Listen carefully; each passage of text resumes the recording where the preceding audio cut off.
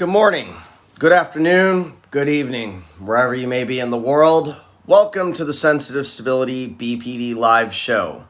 For those of you who don't know me, I am your host. My name is Kevin Reynolds. I am a BPD survivor and a BPD coach.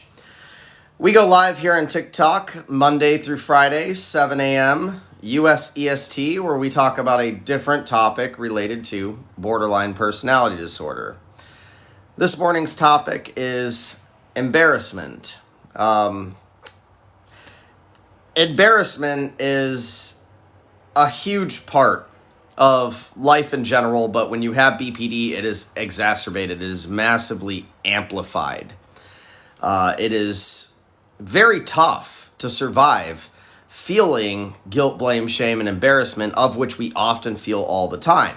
Fault as well being included in that. Specifically talking about embarrassment, though, I will start by saying it generally has a rather negative connotation, right? We think of embarrassment. Thanks, Amy. Thanks, Nicole. Good to see everybody this morning. We generally think about embarrassment, and we instantaneously want to avoid it. We want nothing to do with it. We want to expel embarrassment from our lives. Thanks, Sofina. Thanks, guys. But the truth is, embarrassment is a critical part of growth. And I would go as far to say that we should be running towards embarrassment. That is how you eliminate it. That's how you annihilate it. That's how you dispel it.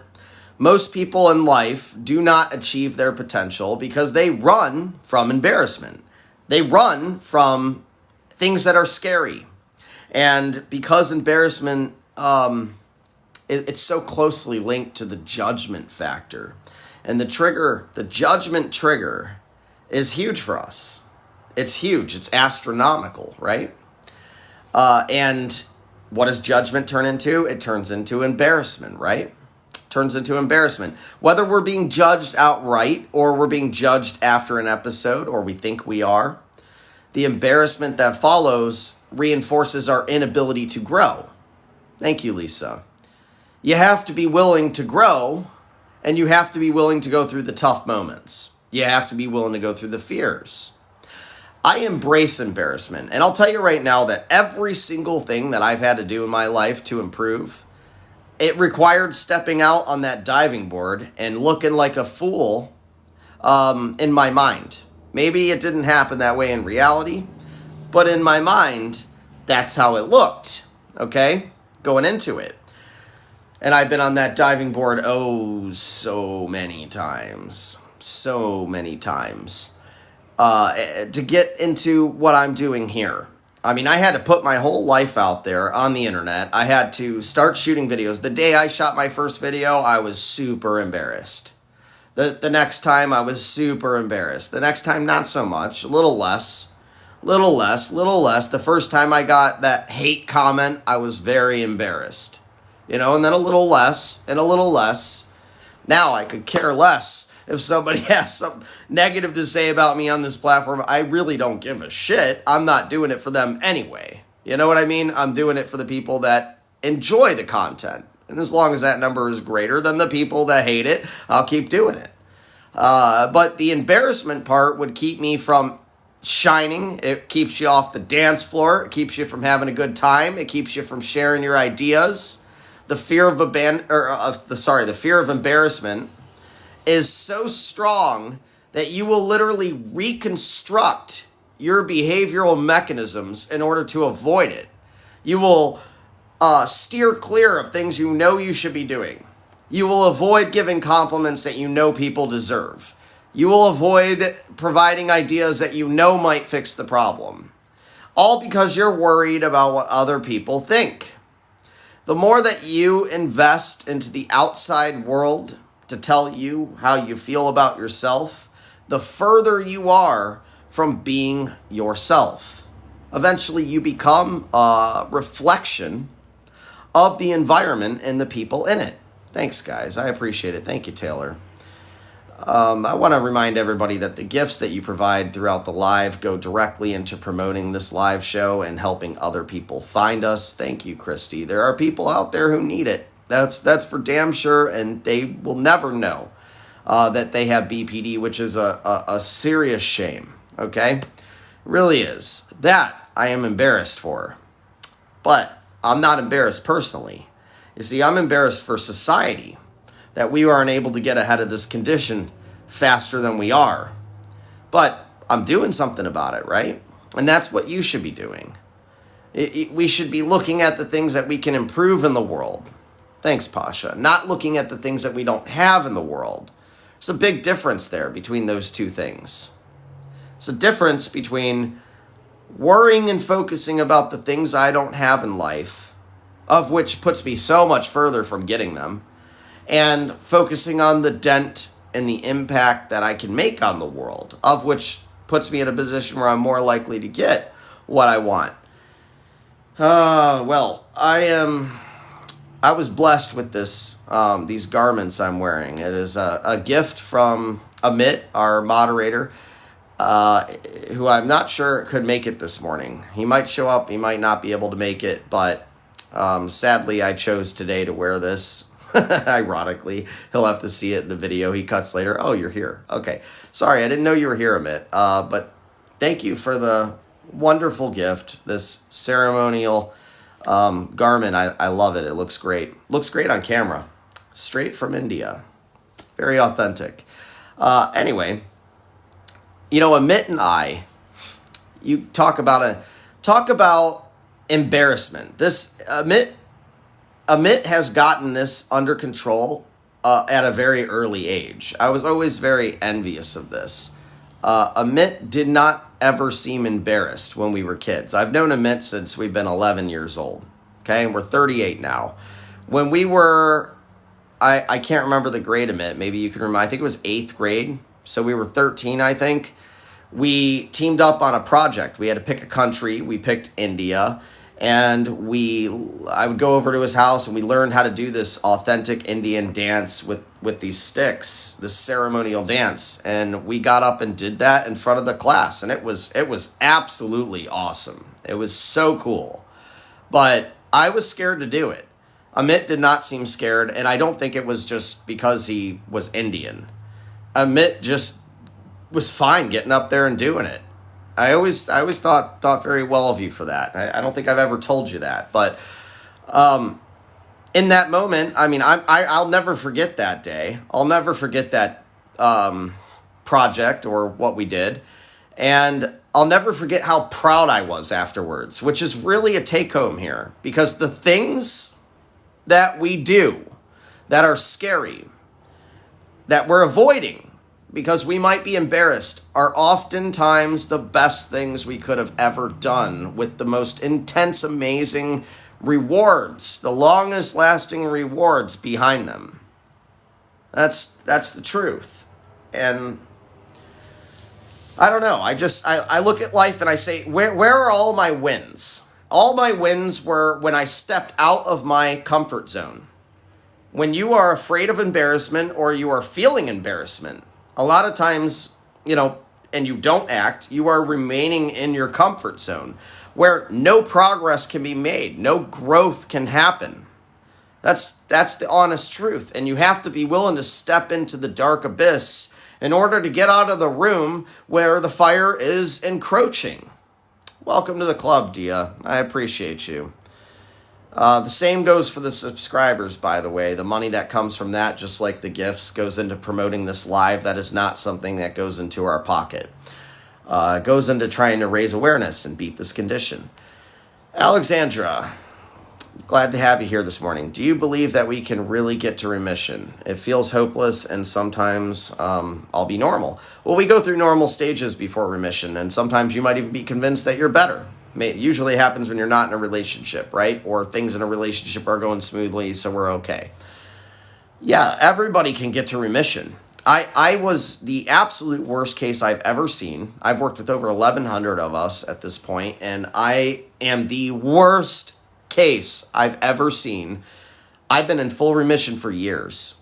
No episodes, no splits, no symptom manifestation, and no medicine. If I can do it, anybody can do it. I'm good. There's no excuse. Anybody can do it. You might have excuses that are holding you back from doing it. but you need to get rid of those. You need to climb over those hurdles. One of them is the embarrassment. What if people don't like me? What if people betray me? What if people abandon me if I choose to trust them? Well, they abandon us anyway when we don't trust them. They abandon us anyway when we act a fool. They abandon us anyway when we have our episodes because we're afraid of doing whatever it is that we should have done instead of the episode. You see what I mean? We have to reevaluate the situation, specifically the mentality that you have, the way that you're looking at your life, the way that you're looking at the world around you. Many of us get trapped in a perpetual victim mode, which makes it very difficult to change. Very difficult to get over things like embarrassment or shame or blame or fault. And it's a very clear pattern that I see. We go from thinking, hell no, I don't want anything to do with this, to, okay, it's everybody else's fault, to, I need to fix the world, right? To, okay, it's my fault, it must be my fault, I'm to blame, which is equally unproductive. And then eventually we realize, hey, it doesn't matter whose fault it is. Forget blame, who cares? I'm just going to focus on accountability. What can I do to make this better? Because I am the one living my life. I have to wake up every day, put on the same shoes, and walk through my life upset. What can I do to fix it? Because no one else is coming to fix it for you. Good morning, Christy. Christy says, I am very insecure and am extremely embarrassed to approach anyone. Okay, so everybody's insecure, Christy. Everybody. Don't let them fool you. Everybody has insecurities. Even me. I have insecurities too. I choose not to live my life based on the insecurities. Christy goes on further to say, I think domestic violence has something to do with it, though. Well, something had something to do with it. I guarantee you that you didn't just pop into the world, right, at birth, and instantly you're scared of everything. Well, what's that person going to think of me? What's that nurse think about me? I'm not good enough. You did not enter this world as a baby not good enough. You entered good enough, just like everyone else. But then bad things happen along the way to make you feel the way that you feel now.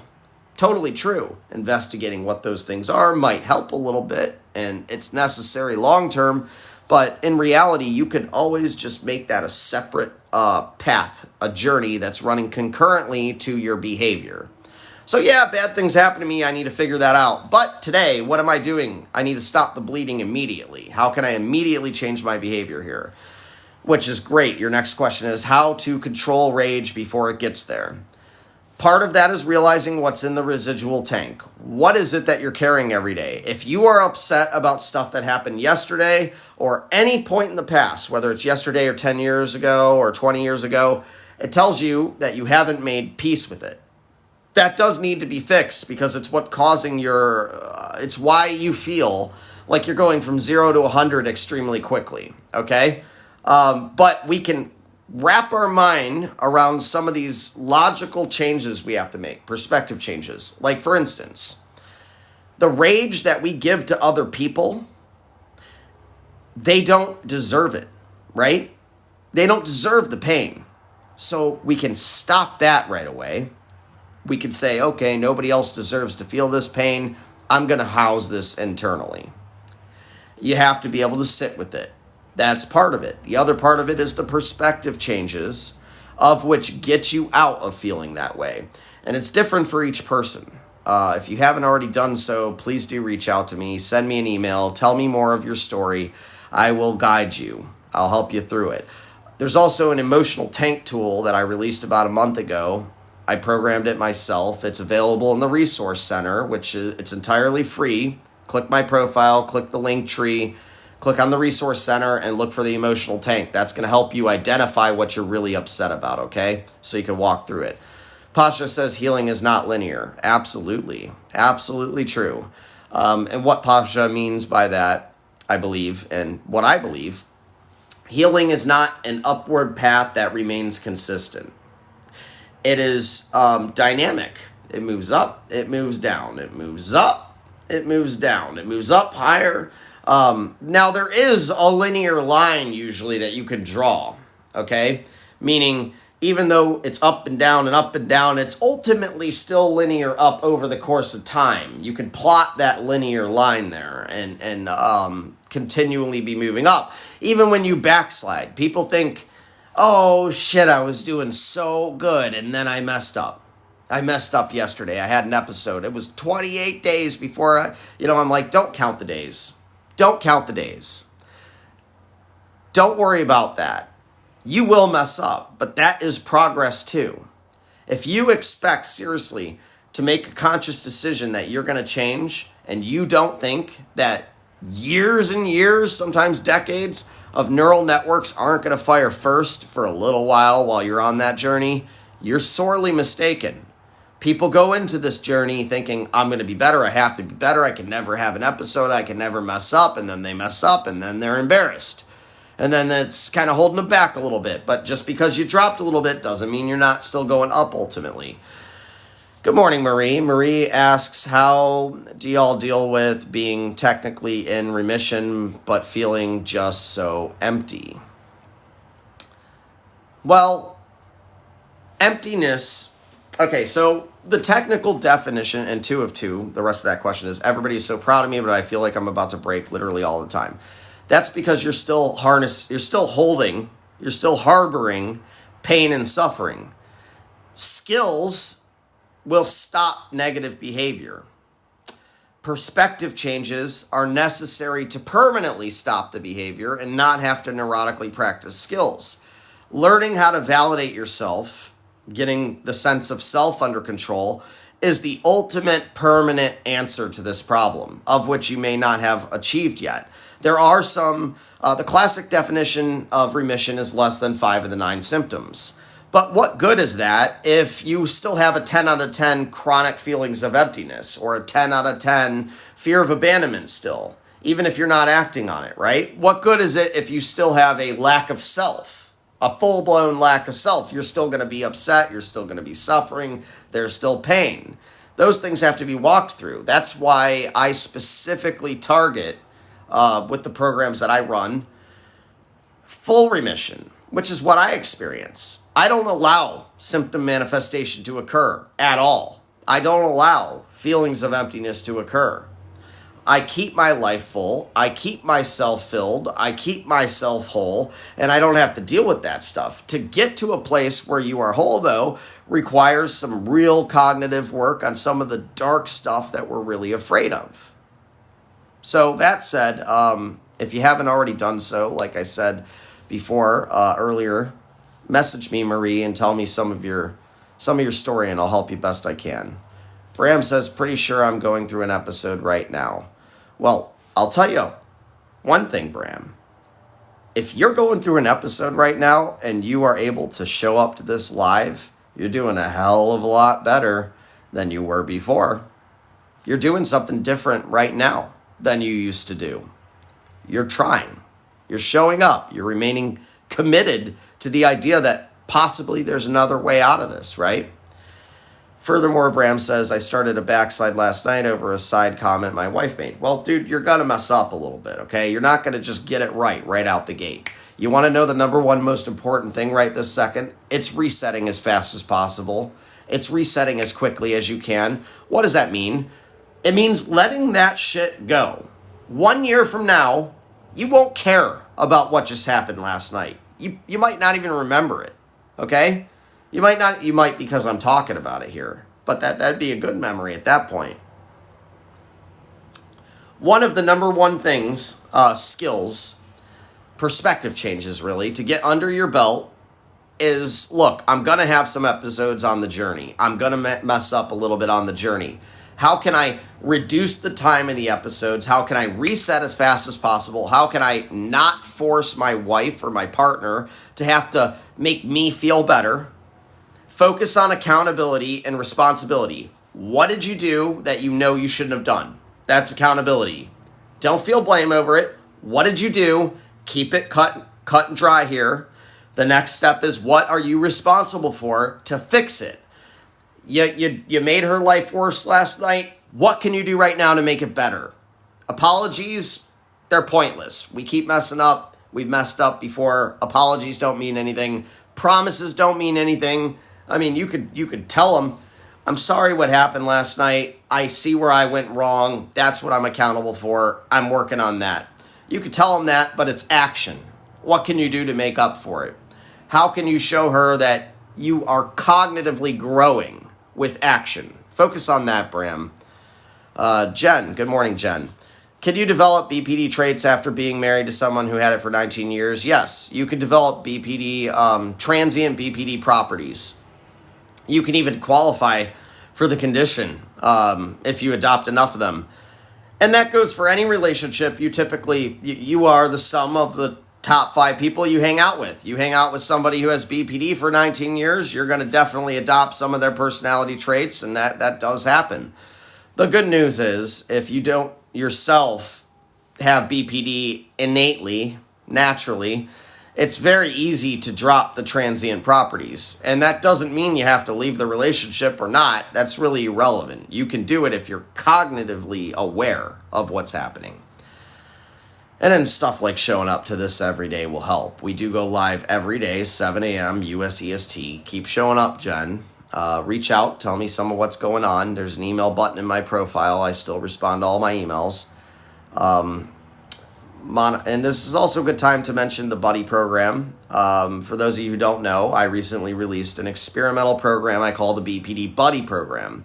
There's a link in the Resource Center. You can get to the Resource Center by clicking the link tree in my profile, and then look for the Buddy program link. And it's a way for us to kind of connect some of you, and you can have some additional support, right? Because I can't work with everybody at once. It's not possible.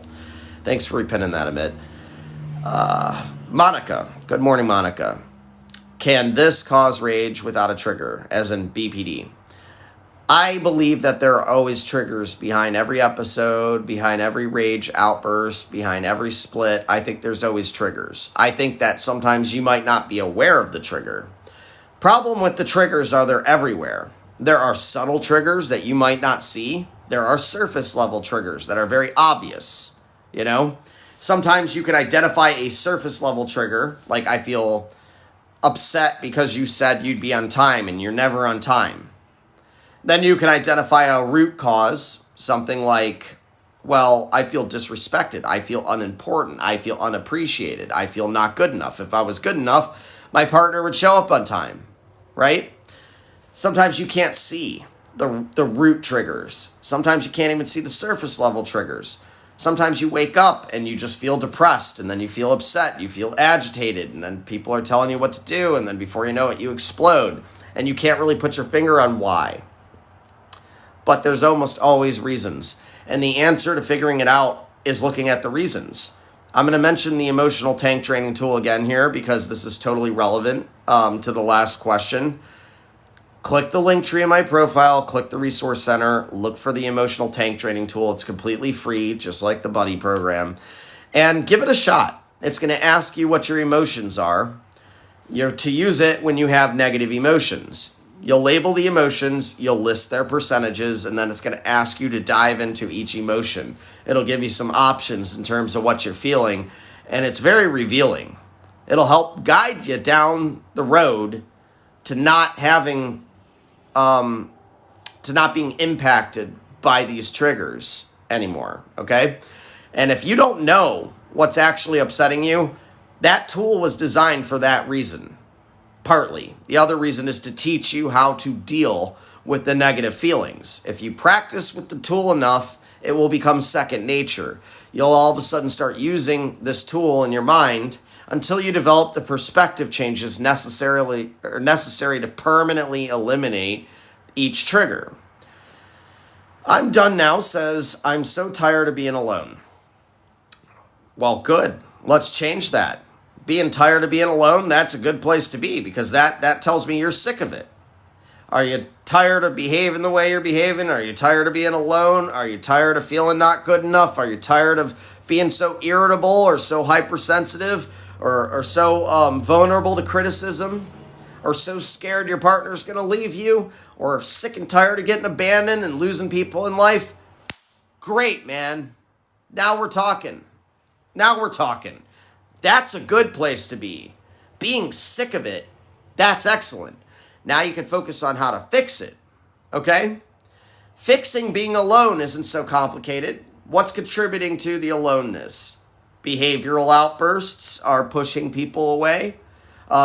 Remaining in victim mode is one of our go-to mechanisms to get affection. It's very easy to get affection that way. How are you doing today, Kevin? Oh, man, I had this bad thing happen to me. Oh, man, I'm so sorry to hear that. I feel better that you feel bad for me. But I started realizing that that's empty weighted calories. It's like eating popcorn. They say that to me, I feel good for 1 second. 1 second. They walk away, boom, I'm right back in my shitty life again. You see what I mean? So how do I fix it? You fix it by taking your worth and putting it into the world, not by looking for other people to give you worth or to tell you you're worth something. You do it by giving and putting worth into the world. You walk in there and your day's bad, you solve that problem by making someone else's day better, not by worrying about who's not giving you what or what you're not getting. That mentality shift does indeed work. Yes, so also Sue says, unfortunately, being sick of it doesn't always translate to change. You do have to want the change. You do have to want to behave differently. You do have to want to be better. I missed that last comment that you had pinned, Amit. I'm not sure which one it was. Okay, great. Thank you. Good morning, Smarts. Good to see you here. I masked my entire life. I have only started to be who I am since August 23. I cared too much. Caring too much about what other people think. That's a problem. That is a problem. Thank you, Manny. It doesn't mean that you be insensitive. It doesn't mean that you be rude or mean or you cut people out of your life or you become cold or isolated or, you become some type of asshole. It means that I'm going to do good no matter what, all the time. Doing what I do, for example, some people, they don't like some of the advice I give because it's very hard to hear. Like some of the stuff I'm saying here, some people here with BPD are probably like, shit, I don't know if I could think that way. I mean, it sounds right, but I don't know if I could do that. I have to be okay with the fact that you don't always like me, for instance, and that is true for everyone. But I'm not going to let that change how I feel about myself. I care, and I care a great deal, but I don't care to the extent, thank you, Sue, that you can manipulate what I think about myself. That's not going to happen. No matter how many times you tell me F you and your psychobabble bullshit, it's not going to impact me. I'm still going to continue to give you the right advice because it's the right thing to do. Good morning, Kelly. Kelly says, I didn't realize I had BPD. I just thought I was crazy. I know I affected my children. Sad face. Yes, indeed, sad face. But just like you impacted them with the BPD behavior, you can easily impact them by getting out of the BPD behavior. Every story needs a hero, Your children, of course, always need a hero. You could be that hero as soon as you decide. I mean, the second you decide, you could start behaving differently. This is a choice once you're aware. Once you are aware, you start having a choice. I could do the same thing I've always been doing, of which has led me down the path of disarray, disappointment, sadness, embarrassment, just shame, guilt, or I could choose a different path. And I know that there's a cost to both paths. I choose the first path, I'm losing people. My reputation's going down the tube. My rapport's going down the tube. My self-dignity and self-respect are not going to be very high. I choose the other path. Those things go up. The behavioral output is better.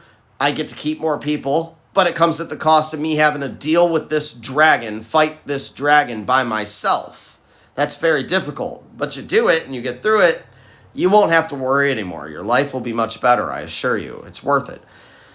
Marie says, after you catch them in it, why do they act as punishment? I'm not sure what you mean by... I guess what you're saying is if you address some wrongdoing in a BPD person, right? Sometimes they punish you and sometimes they punish themselves. And that is part of escaping the accountability. Like I said, the first stage is blaming the outside world. So, and we'll punish you and punish everybody else to try to train you as to how to interact with us. I will blast you with rage. I will insult you every way I can. I'll say the worst possible things and try and lower your status because I think that makes my status higher. I want to be right. I don't want to be wrong because I have such a fragile sense of self. I literally can't take being wrong. So I'll punish you. If I can't punish you and it doesn't make sense, say you've caught me and you're just so much more logical than me and I can tell, I'll then turn it around on myself before remission. And I'll say things like, oh, I'm such a terrible person. You're right. I'm just so stupid. I'm so dumb. I can never do anything right. And then you'll be comforting us. Amazing, brilliant coping mechanisms that we've developed. Survival techniques for sure. All inappropriate and don't get us where we want. In order to get to full remission, of which really is just a great life. That's what it is. It's a great life. In order to have that type of satisfaction in my life, I had to get blame out of the picture altogether. I had to get it out altogether. Okay? Not just blaming other people. I had to stop blaming myself. And I had to start focusing on accountability, of which is the good twin, right? Blame is the bad twin. Accountability is the good twin. Nicole says, can a BPD person not know that their tank is full or not realize there's something wrong? Absolutely, positively, for sure. Yes, indeed. And there's varying levels of that. Before you are aware at all, you may not notice until after an episode that you were unreasonable, right? When you're on the journey, there's some intermittent kind of areas in there, some phases in there, where you're less likely to notice something's wrong. When I say you need full awareness to get better, I don't just mean accepting you have BPD. I mean actually accepting the degree of which BPD has impacted your life. How has it impacted your relationship? How has it impacted your work? How has it impacted your goals? How has it impacted your family life, your children, your parents, your siblings, your friends, how you feel about yourself, your sleep patterns, your diet, how you treat yourself, your substance use or your addictions, your propensity for danger or aggressive nature or risky behavior. How has it impacted how you feel when you wake up? How does it impact your dreams? I mean, it seeps into every part of our life. And a lot of us are in denial about that. And we're in denial about that because we don't want to believe we're that broken. And we think that matters. And we look at it as broken, right? All it is just you develop some coping mechanisms to survive because it was the best way at the time. And it mostly worked as a temporary Band-Aid for your entire life, right? So why would you change that? Without knowing any other way to get a better longer-term solution, of which is satisfying long-term, not just instantly gratifying, you're just going to keep doing the same stuff otherwise. That's not your fault, but the awareness factor matters. Good morning, Glitter. Good to see you this morning. Glitter asks, how long after our last episode until we enter remission? How do you tell when we are starting it? Okay, so that's a great question. And I'll tell you why it's great. Firstly, the psychological definition, I believe, in the DSM is you have to consistently not be displaying less than 5 of the 9 symptoms for a period of 6 months or more, right? And that doesn't really count episodes. You could technically be in remission and still suffer a 10 out of 10 like anger, irrational anger symptom. That's why I don't like the classic definition of remission. I think it's bullshit. I mean, if you can get rid of some of this, you can get rid of all of it. Keep challenging yourself. Stop backing down and telling yourself you can't and start saying you can. Now, for me, I didn't have anybody like me coaching me through this or helping me through this who knew. So I had to do it all on my own, and it was very, very hard. I went an entire 15 months or something like that without an episode. And then one day my wife walked by me and she stops and she turns around and she says, I just realized I can't remember the last time you had an episode. And then we kind of did the math and thought back and realized it had been 15 months. That's when I stopped worrying about the other shoe dropping. That's when I started feeling comfortable and I knew it wouldn't come back, right? But I was living in terror for 15 months, worrying about the next episode. I wish I would have known. I could see when somebody has an epiphany and it'll never happen again. I can see when somebody's grown to the point where they're not going back. And that is very helpful.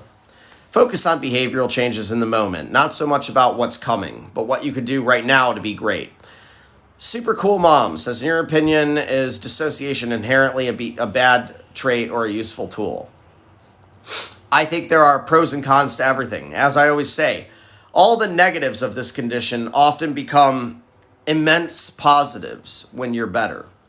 Dissociative behavior is just another example of that. There are times when things are really, really rough in life. And in order to survive and function as normal, as I always say, expect the worst, hope for the best, but function as normal, because it's usually in the middle. When it's not in the middle and it's going really tough, I will kind of separate my emotional state from the situation, which technically I guess you could call dissociation, right? I don't really look at it that way. I look at it as a conscious choice to focus on just somebody's hurting my feelings, let's say. They're saying a bunch of negative stuff. They're hurting inside. That's probably the reason. I investigate it, right? But in order to avoid taking it personally, I will take my emotional state and set it over here on a table, and I'll look at the situation and say, what can I do to improve this? How can I offer a better outcome here? And I don't focus on handling and unpacking the emotions. See, so that dissociative property before used to be terrible. Before remission, somebody says something wrong to me, I just dissociate entirely and do whatever the hell I want, and it ends up with terrible consequences. Maintaining an emotional state of peace that you put out into the world, even though, like, if you really unpacked it, it kind of hurt, I think that's a useful tool. Just like splitting. You know, there's one exception. When I say I haven't split since being in full remission, I mean the kind of splits you regret. I do choose to split on some stuff. I might say, oh, this business, it's not doing so well. You know, I do a lot of business stuff.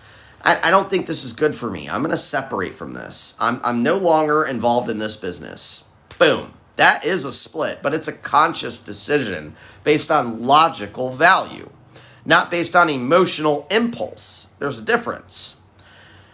Kai says, how are you supposed to learn how to regulate yourself when you don't realize you've messed up until after? Okay, well, the first stage, Kai, is recovering as fast as you can. It's not necessarily avoiding the episode. It's simply recovering faster. You've recognized it. Okay, what can you do immediately right now to improve the situation and to be better than you were last time? That's the first thing, okay? To use the opportunity of awareness to reset. The next is to get a lesson. Get the lesson out of it so that if you investigate it, find your accountability, determine what you could have done better on the road to where you got, will prevent it from happening next time, at least to the same degree. Changing your expectations helps a great deal. Saying, you know what? I know that I want a perfect life. I know that I want to be good. I know that I want to be in remission. Chances are there's going to be some days where I don't feel right, where I don't feel good, where I feel angry, where I feel depressed. That's going to happen. Rather than walking into today, expecting it to go flawlessly, and then beating the hell out of myself when it doesn't, I'm going to go through today and say, I don't know what the day holds. I could walk out to my car and have a flat tire. I could talk to this person and get rejected. My wife could decide she doesn't love me anymore. That's the worst case. Those are the worst cases. Now, the best cases are I achieve all these things and I'm a great person and I function properly. So I have a scale now. I'm realistic. Now I'm going to lean towards the positive side instead of worrying about the negative side, which is ultimately unproductive. C-Sleep. C-Sleep says, sometimes I don't know if I'm in an episode. Okay, so that's fair. The emotional tank training tool is designed for this reason, by the way. It's to give you an idea of where you are. I describe an episode as when you hit an emotional peak to where your emotions now have complete control over your behavior. You have given control of your brain to your emotions. To me, that's kind of a definition of an episode. So if you feel so strongly that you need to do something, and it's an emotional feeling, even though like social norm would dictate that that is far outside of the scope of what a neurotypical normal person would do, you might be in an episode. Okay, so you would open this tool until you learn the skill yourself and you're able to replicate it in your mind. To get to the tool, you go to my profile, click the link tree, click the resource center. There's a bunch of resources in there. You're looking for the emotional tank training tool. Actually, there's a link straight to the emotional tank training tool in my link tree, I think, in my profile. Pretty sure there is. You'll fill it out. It's going to ask you what percentage of emotions you feel. You can't exceed 100%. So if you're like, I feel like 60% angry as fuck, and I feel 40% depressed, you're at an emotional peak and you are likely to have an episode. The episodes are pouring out usually on the people closest to us, which is why taking space and time from those people in the moment is great in dismantling but you have to do the work. You can't just walk out of the room. You actually have to dismantle the emotions. You have to investigate them. You have to figure out what caused them. You can't just look at the surface level problem. Well, my son didn't mow the lawn like he said he was gonna, and then my wife, made me go to the grocery store. It's like all these things that happen, but you're not really upset about the grocery store or the lawn. You're upset about being disrespected and feeling unappreciated. And then you have to investigate why feeling unappreciated bothers you so much. And part of that process involves investigating the people involved. And you have to be able to do that objectively without bringing your own emotional bias into it. I can't dive into my wife's brain. She comes home upset and says something negative. I can't say, okay, well, what was she thinking? She probably didn't mean any harm. Let me think. Well, she got home. She's probably super tired, and she shouldn't feel super tired because she doesn't work as hard as I do. See, I just ruined the exercise by letting my own bias get in the way.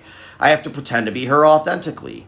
I'm coming home from work. I'm tired as hell. Like, I open the door. My husband bombards me the second I walk in. And, he might be saying, I love you, but I'm just so exhausted. I need 10 minutes and blah, blah, blah. And he won't give it to me. And then, boom, I exploded. Well, who wouldn't? You know what I'm saying? Amit pinned something here. He said, how does embarrassment from our favorite person rejecting us manifest? So, with your favorite person, you have decided that this person's opinion matters so much more than any other person's on the face of the planet. Usually that includes your own opinion. That's one of the problems, because we're willing to make sacrifices that we really shouldn't be making that come at the cost of dignity and self-respect in our own opinions, right? In order to just purely make this person happy. Now, when they reject us, when they don't give us what we need, or we don't get the reaction we want, we feel massively embarrassed. The embarrassment converts, it's really from the trigger of feeling not good enough. You're judged, you weren't good enough, rejected. You're not good enough. So in that sense, we feel embarrassed from the perception of judgment from the outside world. We feel embarrassed that we have put up things in the relationship or for the person that weren't accepted, which to us was a gesture that we made as a payment to try and get something back. That's why that relationship's unhealthy. It's because everything I'm doing for the favorite person, it isn't really even for them. And that's hard to admit. It's actually selfishly for you. You have hoisted this person up because of how they make you feel. And you think that if you do enough for them, that you will finally feel good enough. And when it doesn't work, you're embarrassed for having tried. Now, the answer, ironically, is still giving and doing things for the outside world. But it's doing it because it's simply the right thing to do, and you are a capable person who can do and give these things. It's not because you require that person to acknowledge you. You require that person to... I do something every Thanksgiving, and I don't talk about it that much, but I'm going to share it with you.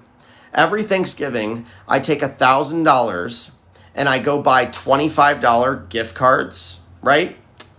$1,000 worth. I buy cards, like really nice cards, and I put the gift card in there, like Happy Thanksgiving cards, You'll have to repin this one a minute. I'm sorry. And I stamp the envelope with a pirate stamp. Okay? Like Robin Hood or something. And I go through low-income communities and I toss them on random doorsteps. Okay? I do that every Thanksgiving. I've been doing it for years. I don't need acknowledgement for that. I'm not going up there getting interviewed. Nobody knows who the hell did it. I don't need them to say, you're so great for doing this. I do it because I know what it's like to not be able to buy a fucking turkey. You know what I mean? And I am capable of being able to try and help make that better for people. So I do it because it's the right thing to do. I'm not doing it because I want somebody to tell me how great I am. This was a habit that started in remission. I'm just realizing that. Anyway, very interesting, right? But before remission, I would have needed massive approval. I would have needed people to tell me how awesome. I would have contacted the news station because I needed that validation. There's a difference in thinking, though. And you need to start making fires in the world that make the world a better place because you're the capable person of doing it. And then you feel amazing. It's true. You do. Marie says how they take it when their favorite person discards them after they didn't respect our relationship.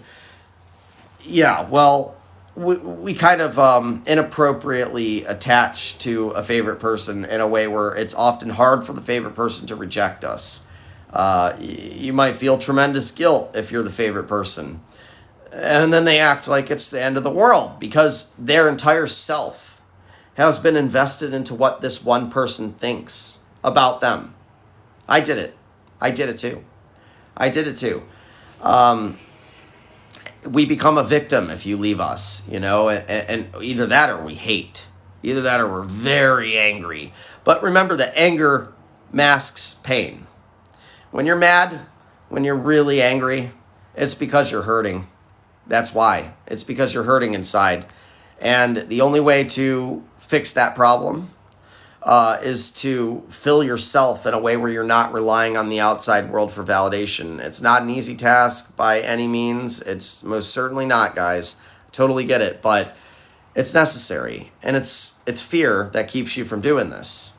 Fear that if you were to behave appropriately and try and just fill yourself or do things for the right reasons, that nobody would ever care about you or love you.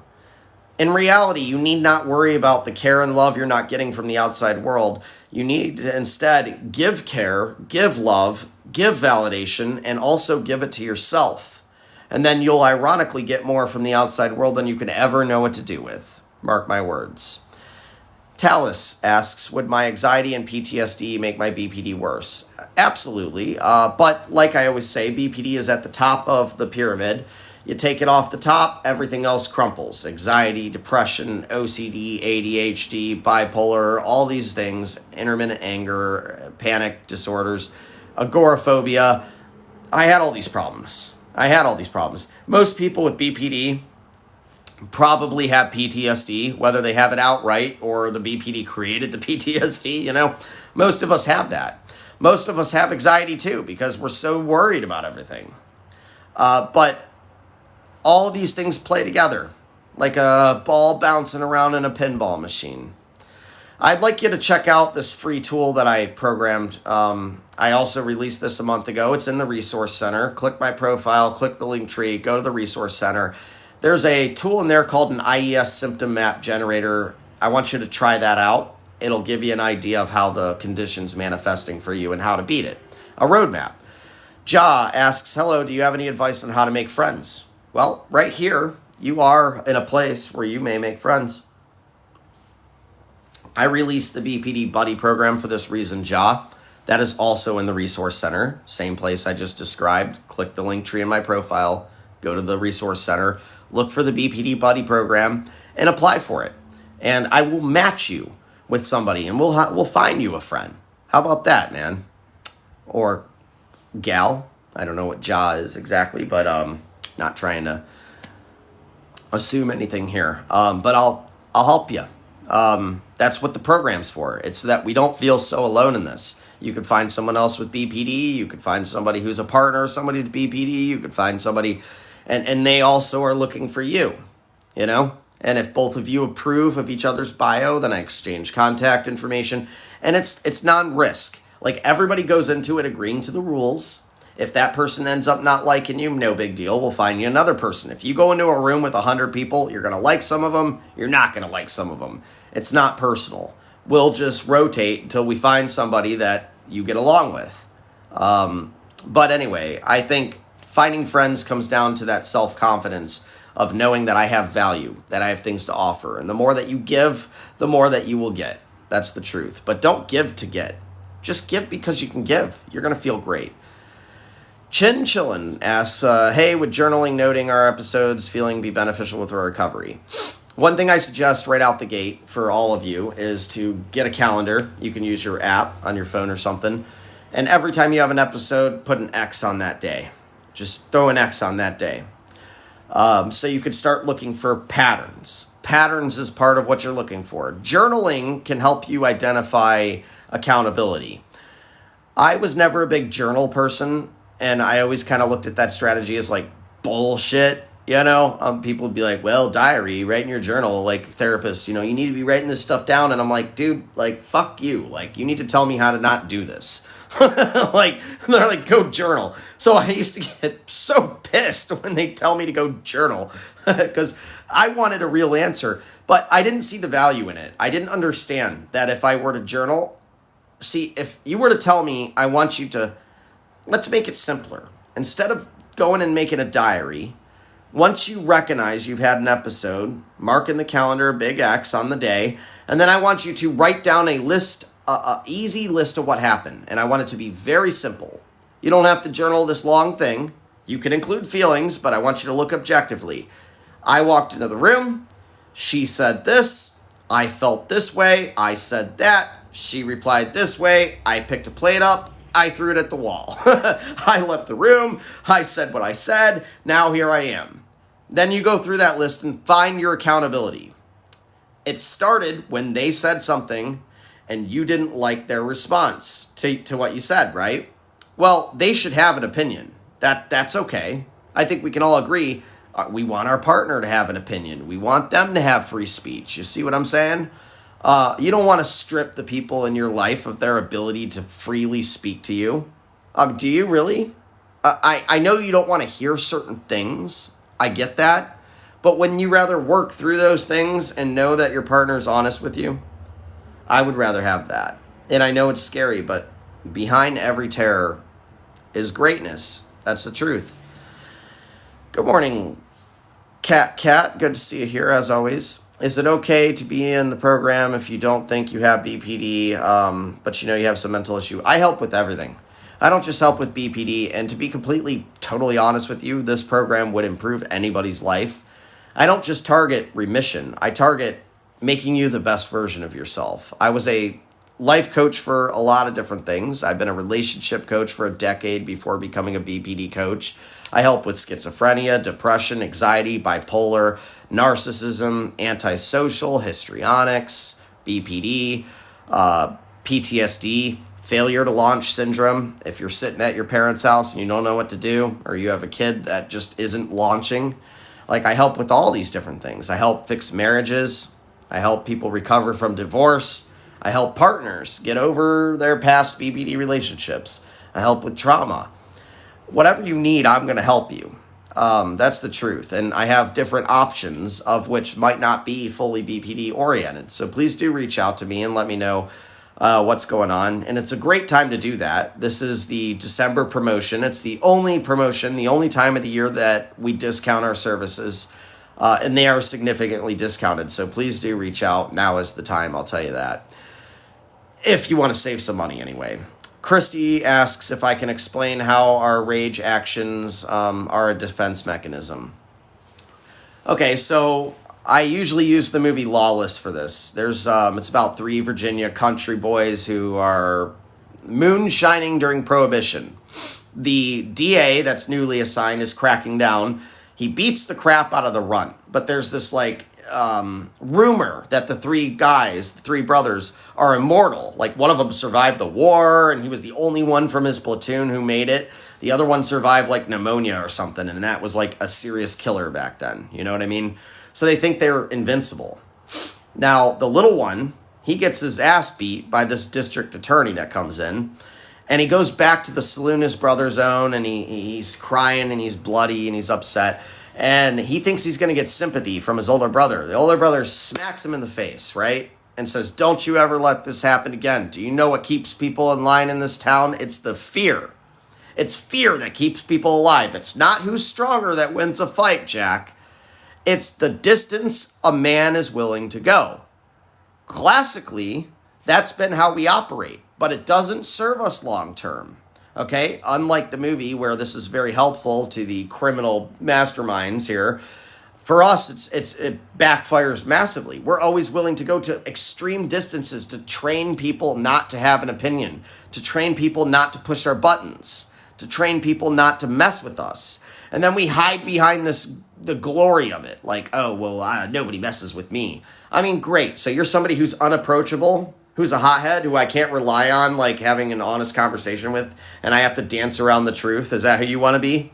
Well, when you frame it like that, it sounds terrible, you know? But the truth is, we go on these rage benders because we want to maintain control of the situation. It's the same reason we do anything else that we do. Remember, people only do things that benefit them. They only do things that benefit them. And if you're doing something, it's because you have a perceived benefit of some kind. If somebody's doing something to you, or you see them doing something, maybe it's desirable, maybe it isn't. It's because it's benefiting them. And you say, well, what about those things that I know are wrong, that I shouldn't do? You know, that thing that I'm addicted to, that I know I should stop. Well, that thing that you're doing that you know you shouldn't do, and you might even be thinking in the moment, oh, I know I shouldn't do this, but I'm going to do it anyway. That's because the benefit of doing it outweighs the other situation. The other situation might be the best way to act, but you think the benefits are stronger doing it this way. So until you walk yourself through all of this stuff, until you walk yourself through reality, objectively analyze the situation, really care about understanding other people's perspectives, really care about that part, you're just going to act based on emotional content. And that emotional content will cause us to go to extremes that others don't go to, specifically so we train our environment. We will curate a world around us that keeps us comfortable. That's part of why we rage. That's part of why we have extreme behavior. We have to show the world that we maintain control. So I want everybody to understand here, the day you decide is the day it all begins. The day you choose to explore different behavior is the day that you will explore it. Lauren, this is the last one we'll be able to hit. We are hitting the end of our live here. Lauren says, I've been with my husband 19 years. He has always been there. I hate how I can be to him. Good. That's a good position to be in. It sounds like you are ready to change. Furthermore, Lauren says, thank you for this channel. I gave up on therapy. This has helped so much. I appreciate that compliment or comment, really. Feedback is what it is. I appreciate that. I do it for that reason. But I also do it very selfishly because I want to make the biggest impact I can make on the world. And then I realized I can't do that myself. I actually need you, Lauren. I need you to get better and start treating him better and everybody else around you. I can't change this for everybody in the whole world by myself. I need other people to be able to stand up and set examples too. And you are capable of it. If I could do it, you could do it. All the stuff that you're doing that you're upset about, embarrassed over, that you wish you could change, you could have chose other things, and that's not to be embarrassed about. You shouldn't feel the guilt over that. You should feel accountability and then take responsibility for what you could do today. I believe in you. If you show up here and you listen to this every day, has to be clicking to some extent. Remember, the things you're scared to do. You're scared to keep your mouth shut on this topic. You're scared not to address this. You're scared to address this. Whatever it may be, there's a way to get around it and actually get more of what you want. I believe in you. I believe in your both of you, you and your husband. I think you can get through this. Please do send me an email. Tell me some more of your story, and that goes for anybody here who needs help, okay? I would like to hear your story. I do personally respond to all the emails. I think I'm about a day behind. That's maybe slightly longer. That's pretty standard. I do the best I can. but I do insist on personally responding to them. There's an email link in my profile to make it easy. For those of you who are new here, we go live on TikTok Monday through Friday, 7 a.m. US EST, where we talk about a different topic related to BPD each morning. Friday, tomorrow, is our special question and answer day, so we focus less on topics and more on the chat. So if you didn't get your question answered today, it wasn't intentional. Please show up tomorrow and try again. You can also reach out to me if you need help, and I will remind you all that all of these lives are available on YouTube. There's a link in the link tree in my profile. There's almost 100 hours of content there. Good background noise throughout the day. And we are working on a podcast version of all of this, converting them all into podcasts. For those of you who enjoy that route, that'll be coming soon. Thank you for tuning in today. I believe in all of you. I know you could do it. I know you could do it. If I could do it, I know for sure you could do it. So stop saying you can't and start saying you can. I'll see you all tomorrow, bright and early. Thanks for the garment here, Amit. I love it. Looked great.